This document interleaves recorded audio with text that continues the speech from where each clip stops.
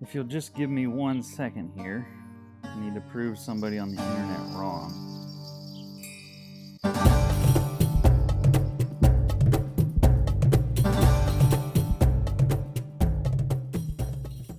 Hey, it's Tim here, your average dungeon master and your amateur bar master. Today I'm making a variation on a painkiller that I call the health potion. I've got my troll, and if you know anything about trolls, you know they have healing powers. I'm making a painkiller, so I'm calling it a health potion.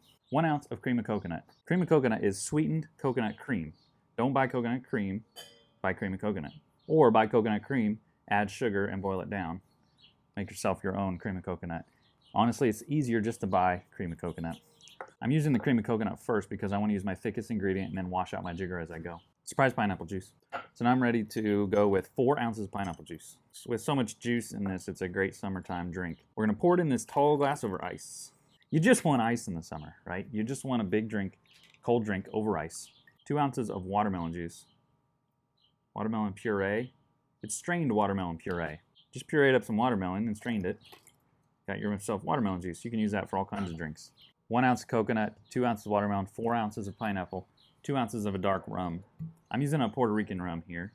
You can try a light rum too. I wouldn't use a Jamaican rum. Shake over ice.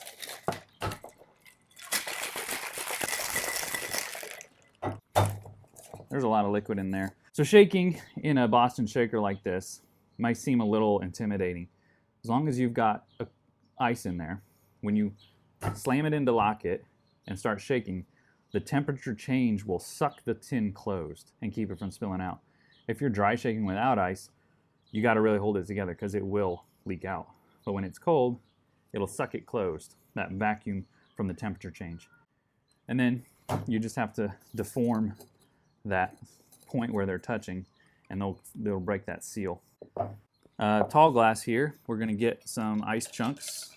Just use some big ice chunks for this. Big solid ice chunks here. One more, smaller one. Just do the hawthorn on this. And I want to pour it kind of off to the side. Garnish it with a mint sprig.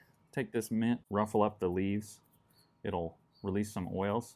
I don't think slapping does as much if you actually just kind of roll the leaves in your hands and stick that down in there with my straw.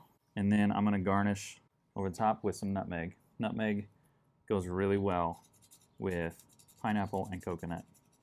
It's got a nice warm nuttiness, but also kind of a fruitiness. So trolls in mythology were creatures that lived on the outskirts of society. Gizmo, come on.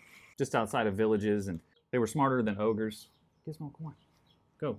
Smarter than ogres and giants. They were smart enough to seek out trouble just for trouble's sake. Just like our internet trolls of today, they just went looking for trouble just for the fun of it. A lot of myths of trolls also shared the idea that they had elemental powers or shape-shifting abilities. So this rock troll can turn himself into part of his rock bridge and surprise travelers as they come across the bridge. So the idea of the health potion and the rock troll came from the idea that in Dungeons and Dragons, trolls are creatures that can regenerate health. So I think health potions probably were created through magic involving troll's blood or something like that. So the health potion restores the adventurer's health. The troll can restore his health unless he's attacked with fire.